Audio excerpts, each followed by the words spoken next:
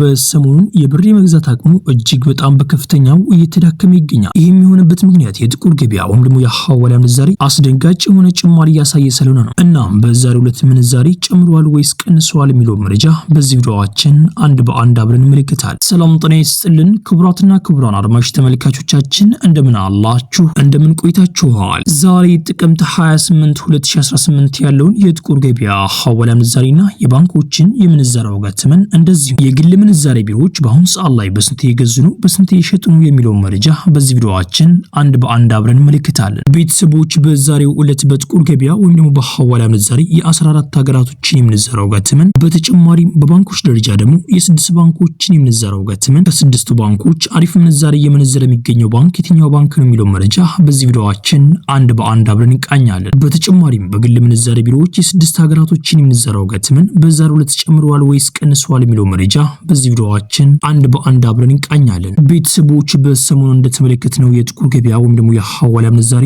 እጅግ በጣም በከፍተኛው እየጨመረ ይገኛል። በዚህ ሳምንት ብቻ እጅግ በጣም አስደንጋጭ የሆነ ጭማሪን ያሳየው። እንደዚሁም በአሁኑ ሰዓት ላይ አዳዲስ መረጃዎች እየወጡ ይገኛሉ። የጥቁር ገበያ ወይም ደግሞ የሐዋላ ምንዛሬዎች እጅግ በጣም እየተያዙና እንደዚሁም ደግሞ ገንዘባቸው እየተወረሰ እንደሚገኝ እየተሰማ ይገኛል። እንደዚሁም በአሁኑ ሰዓት ላይ መንግስት እጅግ በጣም ትልቅ ቁጥጥር እያደረገ ይገኛል። እናም ቤተሰቦች በአሁኑ ሰዓት ላይ ገንዘባችሁን ስትልኩ በጣም ጥንቃቄ ልታደርጉ ይገባል። ገንዘቤን በጥቁር ገበያ ወይም ደግሞ በሐዋላ ምንዛሬ ግዴታ መላክ አለብኝ ብላችሁ ካሰባችሁ እነዚህን ብታደርጉ የተሻለ ይመስለኛል። እስከዛሬም ነግሬያችኋለሁ፣ ዛሬም ነግራችኋለሁ። ምክንያቱም ያልሰሙትና ወንድሞቻችን ስለሚኖሩ ማለት ነው። በጥቁር ገበያ ወይም ደግሞ በሐዋላ ምንዛሬ ገንዘቤን እልካለሁ ካላችሁ መጀመሪያ እሱ ገንዘቡን ያስተላልፍላችሁ። ስክሪንሻቱን ስላሳያችሁ ብቻ ገንዘቡ ገብቷል ማለት አይደለም። ስክሪንሻቱ ፌክ ሊሆን ይችላል። እናም ቤተሰቦች በደረሰኙ እናንተ ለማጭበርበር ደረሰኙን በፌክ አድርጎ ለመስራት በጣም ብዙ አይነት መንገድ የሚሰሩበት መንገድ አለ። እናም እናንተ አካውንታችሁ ላይ ገንዘቡ እንደገባ ቴክስት ይደርሳል አይደለ? ያ እስካልመጣላችሁ ድረስ ምንም አይነት ገንዘብ እንዳትሰጡ። ያው ስልክ ቁጥራችሁ ቤተሰባችሁ ጋር ከሆነ ማለት ነው። አካውንታችሁን የከፈታችሁ በስልክ ቁጥር ቤተሰባችሁ ጋር ከሆነ፣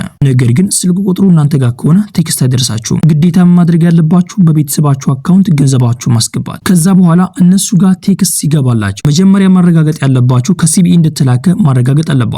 በስልክ ቁጥር ለእናንተ ሊልኩላችሁ ይችላሉ። በአጠቃላይ እዚህ ጋር እንድታቁልኝ ፈልገው መጀመሪያ ከሲቢኢ እንደተላከ ማወቅ አለባችሁ። ሁለተኛ ደግሞ የገባውን መጠን ቼክ ማድረግ አለባችሁ ማለት ነው። እናም ቤተሰቦች እንደዚህ አድርጋችሁ ራሳችሁ መጠበቅ ትችላላችሁ። በአሁኑ ሰዓት ላይ በጣም ብዙ ግለሰቦች ገንዘባቸው እየተወረሰ ስለሚገኝ በጣም ጥንቃቄ ልታደርጉ ይገባል። እናም ቤተሰቦች ባንኮችን በዛሬው ዕለት ጭማሪ አድርገዋል። እንደዚሁም የግል ምንዛሬ ቢሮዎችን በተጨማሪ ጭማሪ እያደረጉ ይገኛሉ። እናም ቤተሰቦች በዛሬው ዕለት ምን ያህል ጭማሪ አድርገዋል አንድ በአንድ በዚህ ቪዲዮአችን አብረን እንመለከተዋለን። ቤተሰቦች አብዛኛውን ጊዜ እንደምናደርገው በኮሜንት ላይ የሚጠየቁ ጥያቄዎችን መልስ ሰጣለን። እናም በዛሬው ዕለት ምን ያህል ኮሜንቶች አሉ፣ ምን ያህል ኮሜንቶችን እንመልሳለን አንድ በአንድ በዚህ ቪዲዮአችን አብረን እንቃኛለን። የመጀመሪያው ኮሜንት እንደዚህ ይላል። $2000 አለኝ እናም ከ4 ወር በኋላ ወደ ኢትዮጵያ ገባለሁ። እናም ኢትዮጵያ ውስጥ ይመነዝሩኛል እንዴ ብሎ ጠይቀዋል። በሚገባ ይመነዝሯቸዋል። ባንኮችም እንደዚሁም የግል ምንዛሬ ቢሮዎችም አሉ፣ ሁለቱም ይመነዝሯቸዋል። እንደኔ ግን የምመክራችሁ የግል ምንዛሬ ቢሮዎች ጋር በመሄድ ገንዘባችሁን ማስመንዘር ትችላላችሁ። እነዚህ የግል ምንዛሬ ቢሮዎች በጣም የተሻለ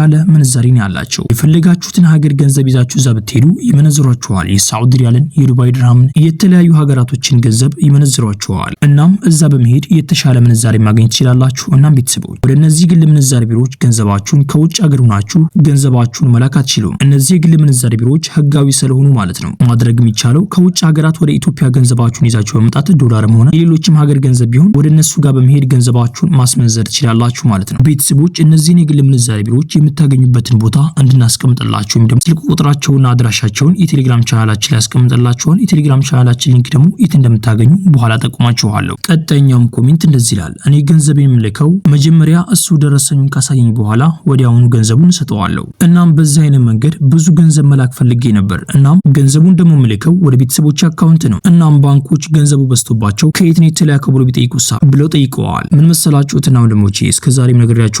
ዛሬም የምነግራችሁ ነገር ገንዘባችሁን ስትልኩ ከፋፍላችሁ ላኩ። ሁለተኛ ደግሞ እናንተን ባንኮች የሚጠይቋችሁ የሚመነዝረውን ግለሰብ ሲጠራጠሩት፣ ይህን ግለሰብ ከተጠራጠሩት አካውንቱ ወዲያውኑ ሲንቀሳቀስ ወደ እናንተ አካውንት ገንዘቡ ይገባል። እናም ባንኮች ደግሞ ገንዘቡ የገባበት አካውንት ላይ ገንዘቡን ለማውጣት የሚያጣው ግለሰብ ይጠይቃል። ገንዘቡ ከየት ነው የተላከው ሲሉት ውጭ ሀገራትን ስም ከጠራ ለምሳሌ ከሳዑዲ ወይም ደግሞ ከዱባይ ካለ የዛኔ ያ ግለሰብ ጥቁር ገበያ ወይም ደግሞ ሐዋላ እንደሚሰራ ይታወቅበታል ማለት ነው። እሱ ገንዘቡን የሚያስልክላችሁ እዚህ ኢትዮጵያ ውስጥ ባለ ሰው ነው ገንዘቡን ለእናንተ የሚያስተላልፍላችሁ። እናም ቤተሰቦች የዛኔ የእናንተም ገንዘብ ይወረሳል። እንደዚሁም የእሱ አካውንት ስለሚታወቅ የእሱም ገንዘብ እንዳለ ይወረስበታል ማለት ነው። እናም ቤተሰቦች በአሁኑ ሰዓት ላይ መንግስት እጅግ በጣም ትልቅ ቁጥጥር እያደረገ ይገኛል። በጣም ጥንቃቄ ልታደርጉ ይገባል። ቅድም ግን ያላችሁኝ ደረሰኙን ሲያሳየኝ ወዲያውኑ ገንዘቡን ሰጠዋለሁ ነው ያላችሁኝ። በጣም ጥንቃቄ ልታደርጉ ይገባል። ይሄ ደረሰኝ በፌክ ይሰራል። በደንብ አድርጋችሁ ብታውቁ የተሻለ ይመስለኛል። እናም ቤተሰቦች ያልተመለሱ እጅግ በጣም ብዙ ኮሜንቶች አሉ። እናም ቤተሰቦች በነገው ቪዲዮ እንመለስባችኋለን። ቤተሰቦች ይሄ ቪዲዮ ለሌላ ኢትዮጵያ ወገኖቻችን ይጠቅማል ብላችሁ ካሰባችሁ ይሄን ቪዲዮ ሼር አድርጉላቸው። እንደዚህም ደግሞ ቪዲዮን ላይክ በማድረግ ሌላ ኢትዮጵያ ወገኖቻችን ጋር ተደራሽ ነው ማድረግ ትችላላችሁ። ቻናላችን ደግሞ ሰብስክራይብ በማድረግ ቀጣይ የምለቃቸው ቪዲዮዎች በፍጥነት እንደርሳችሁ ማድረግ ትችላላችሁ። ያላችሁ ደግሞ አስተያየት በኮሜንት ላይ ጻፉልኝ።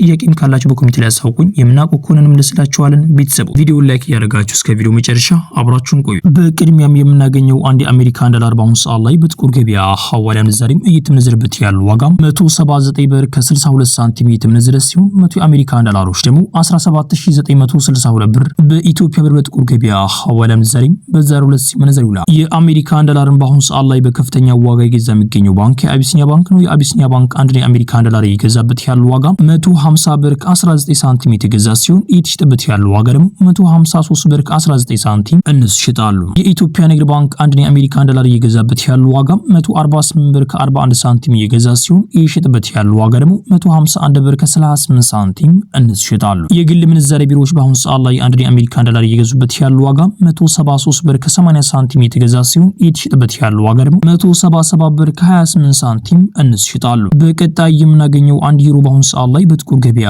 ሐዋላ ምንዛሬም እየተመነዘረበት ያለው ዋጋ 270 ብር ከ22 ሳንቲም እየተመነዘረ ሲሆን 100 ዩሮዎች ደግሞ 20722 ብር በኢትዮጵያ ብር በጥቁር ገበያ ሐዋላ ምንዛሬም በዛሬው ዕለት ሲመነዘር ይውላል። ዩሮን በአሁኑ ሰዓት ላይ በከፍተኛ ዋጋ እየገዛ የሚገኘው ባንክ የአቢሲኒያ ባንክ ነው። የአቢሲኒያ ባንክ አንድ ዩሮ እየገዛበት ያለው ዋጋ 173 ብር ከ67 ሳንቲም የተገዛ ሲሆን እየተሸጠበት ያለው ዋጋ ደግሞ 177 ብር ከ14 ሳንቲም እነሱ ይሸጣሉ። የኢትዮጵያ ንግድ ባንክ አንድ ዩሮ እየገዛበት ያለው ዋጋ 171 ብር ከ18 ሳንቲም የተገዛ ሲሆን እየተሸጠበት ያለው ዋጋ ደግሞ 174 ብር ከ60 ሳንቲም እነሱ ይሸጣሉ። የግል ምንዛሬ ቢሮዎች በአሁኑ ሰዓት ላይ አንድ ዩሮ እየገዛበት ያለው ዋጋ 193 ብር ከ95 ሳንቲም የተገዛ ሲሆን እየተሸጠበት ያለው ዋጋ ደግሞ 197 ብር ከ83 ሳንቲም እነሱ ይሸጣሉ። በቀጣይ የምናገኘው አንድ ስዊስ ፍራንክ በአሁኑ ሰዓት ላይ በጥቁር ገበያ ሐዋላ ምንዛሬም እየተመነዘረበት ያለው ዋጋ 222 ብር ከ46 ሳንቲም የተመነዘረ ሲሆን 100 ስዊስ ፍራንኮች ደግሞ 22246 ብር በኢትዮጵያ ብር በጥቁር ገበያ ሐዋላ ምንዛሬም በዛሬው ዕለት ሲመነዘር ይውላል። የስዊስ ፍራንክን በአሁኑ ሰዓት ላይ በከፍተኛ ዋጋ እየገዛ የሚገኘው ባንክ የኦሮሚያ ባንክ ነው። የኦሮሚያ ባንክ አንድ የስዊስ ፍራንክ እየገዛበት ያለው ዋጋ 185 ብር ከ67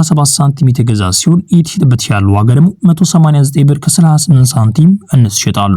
በቀጣይ የምናገኘው አንድ የካናዳ ዶላር በአሁኑ ሰዓት ላይ በጥቁር ገበያ ሐዋላ ምንዛሬም እየተመነዘረበት ያለው ዋጋ 127 ብር ከ16 ሳንቲም የተመነዘረ ሲሆን 100 የካናዳ ዶላሮች ደግሞ 12716 ብር በኢትዮጵያ ብር በጥቁር ገበያ ሐዋላ ምንዛሬም በዛሬው ዕለት ሲመነዘር ይውላል። የካናዳ ዶላርን በአሁኑ ሰዓት ላይ በከፍተኛ ዋጋ እየገዛ የሚገኘው ባንክ የአዋሽ ባንክ ነው። የአዋሽ ባንክ አንድ የካናዳ ዶላር በአሁኑ ሰዓት ላይ የገዛበት ያለው ዋጋ 170 ብር ከ22 ሳንቲም የገዛ ሲሆን እየሸጠበት ያለው ዋጋ ደግሞ 109 ብር ከ37 ሳንቲም እነሱ ይሸጣሉ። በቀጣይ የምናገኘው አንድ የአውስትራሊያን ዶላር በአሁኑ ሰዓት ላይ በጥቁር ገበያ ሐዋላ ምንዛሬም እየተመነዘረበት ያለው ዋጋ 116 ብር ከ29 ሳንቲም የተመነዘረ ሲሆን 100 የአውስትራሊያን ዶላሮች ደግሞ 11629 ብር በኢትዮጵያ ብር በጥቁር ገበያ ሐዋላ ምንዛሬም በዛሬው ዕለት ሲመነዘር ይውላል። የአውስትራሊያን ዶላርን በአሁኑ ሰዓት ላይ በከፍተኛ ዋጋ እየገዛ የሚገኘው ባንክ የአባይ ባንክ ነው። የአባይ ባንክ አንድ የአውስትራሊያን ዶላር እየገዛበት ያለው ዋጋ 96 ብር ከ84 ሳንቲም የገዛ ሲሆን እየሸጠበት ያለው ዋጋ ደግሞ 98 ብር ከ78 ሳንቲም እነሱ ይሸጣሉ። በቀጣይ የምናገኘው አንድ ፓውንድ ስተርሊንግ በአሁኑ ሰዓት ላይ በጥቁር ገበያ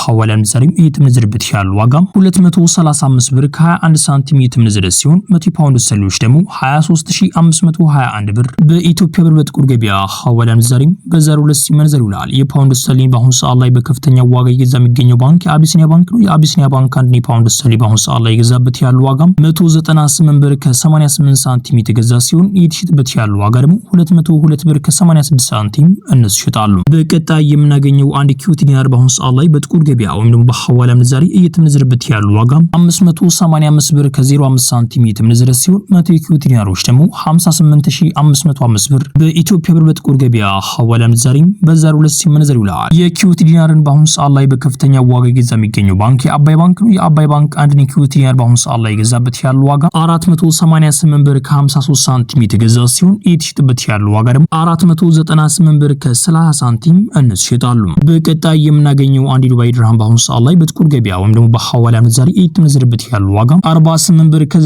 ሳንቲም እየተመነዘረ ሲሆን 100 ዱባይ ድርሃሞች ደግሞ 4890 ብር በኢትዮጵያ ብር በጥቁር ገበያ ሐዋላ ምንዛሬ ምንዛሬም በዛሬው ዕለት ሲመነዘር ይውላል። የዱባይ ድርሃምን በአሁኑ ሰዓት ላይ በከፍተኛ ዋጋ እየገዛ የሚገኘው ባንክ የአዋሽ ባንክ ነው። የአዋሽ ባንክ አንድ የዱባይ ድርሃም እየገዛበት ያለው ዋጋ 43 ብር ከ33 ሳንቲም እየገዛ ሲሆን እየሸጠበት ያለው ዋጋ ደግሞ 44 ብር ከ20 ሳንቲም እንስ ይሸጣሉ። የኢትዮጵያ ንግድ ባንክ አንድ የዱባይ ድርሃም እየገዛበት ያለው ዋጋም 40 ብር ከ40 ሳንቲም እየገዛ ሲሆን እየሸጠበት ያለው ዋጋ ደግሞ 41 ብር ከ21 ሳንቲም እንስ ይሸጣሉ። የግል ምንዛሬ ቢሮዎች በአሁኑ ሰዓት ላይ አንድ የዱባይ ድርሃም እየገዙበት ያለው ዋጋም 46 ብር ከ15 ሳንቲም እየገዙ ሲሆን እየሸጠበት ያለው ዋጋ ደግሞ 47 ብር ከ07 ሳንቲም እንስ ይሸጣሉ። በቀጣይ የምናገኘው አንድ የሳዑዲ ሪያል በአሁኑ ሰዓት ላይ በጥቁር ገበያ ወይም ደግሞ በሐዋላ ምንዛሬ እየተመነዘረበት ያለው ዋጋ 47 ብር ከ88 ሳንቲም እየተመነዘረ ሲሆን 100 የሳዑዲ ሪያሎች ደግሞ 4788 ብር በኢትዮጵያ ብር በጥቁር ገበያ ሐዋላ ምንዛሬም በዛሬው ዕለት ሲመነዘር ይውላል። የሳዑዲ ሪያልን በአሁኑ ሰዓት ላይ በከፍተኛ ዋጋ እየገዛ የሚገኘው ባንክ የአዋሽ ባንክ ነው። የአዋሽ ባንክ አንድ የሳዑዲ ሪያል እየገዛበት ያለው ዋጋ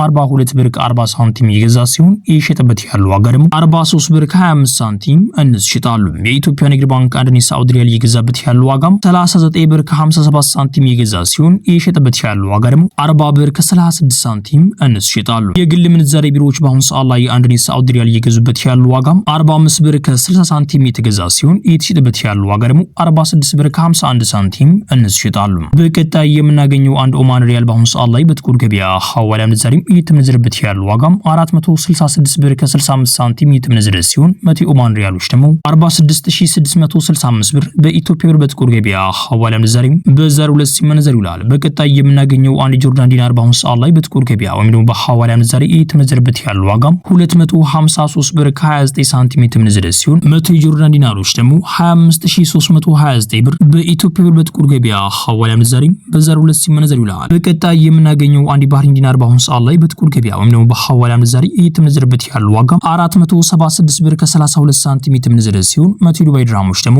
47632 ብር በኢትዮጵያ ብር በጥቁር ገበያ ሐዋላ ምንዛሬ በዛሬው ዕለት ሲመነዘር ይውላል። በቀጣይ የምናገኘው አንድ እስራኤል ሽቅል በአሁኑ ሰዓት ላይ በጥቁር ገበያ ወይም ደግሞ በሐዋላ ምንዛሬ እየተመነዘረበት ያለው ዋጋ 54 ብር ከ83 ሳንቲም እየተመነዘረ ሲሆን 100 እስራኤል ሽቅሎች ደግሞ 5483 ብር በኢትዮጵያ ብር በጥቁር ገበያ ሐዋላ ምንዛሬ በዛሬው ዕለት ሲመነዘር ይውላል። ቤተሰቦች የዛሬው ምንዛሬ መረጃ ይህን መስል ነበር። ቤተሰቦች ምንዛሬው እንደተመለከታችሁት እጅግ በጣም በአሁኑ ሰዓት ላይ ጭማሪ ያደረገ ይገኛል። ቤተሰቦች የዛሬው መረጃችን ይህን መስል ነበር። ቤተሰቦች ይህ ቪዲዮ ሌላ ኢትዮጵያ ወገኖቻችን ይጠቅማል ብላችሁ ካሰባችሁ ይህን ቪዲዮ ሼር አድርጉላቸው። እንደዚህም ደግሞ ይህንን ቪዲዮ ላይክ ማድረግ ሌላ ኢትዮጵያ ወገኖቻችን ጋር ተደራሽ ነው ማድረግ ትችላላችሁ። ቻናላችን ደግሞ ሰብስክራይብ በማድረግ ቀጣይ የምንለቃቸው ቪዲዮዎች በፍጥነት እንደርሳችሁ ማድረግ ትችላላችሁ። ያላችሁን ደግሞ አስተያየት በኮሜንት ላይ ጻፉልኝ። ጥያቄም ካላችሁ በኮሜንት ላይ አሳውቁኝ። የምናውቀው ከሆነ እንመልስላችኋለን። ቤተሰቦች ይህን ቪዲዮ ላይክ ማድረጋችሁን አዘነጉ። ኢንሻአላህ በቀጣይ ቪዲዮ እስከምንገናኝ ቸር ቆዩልኝ።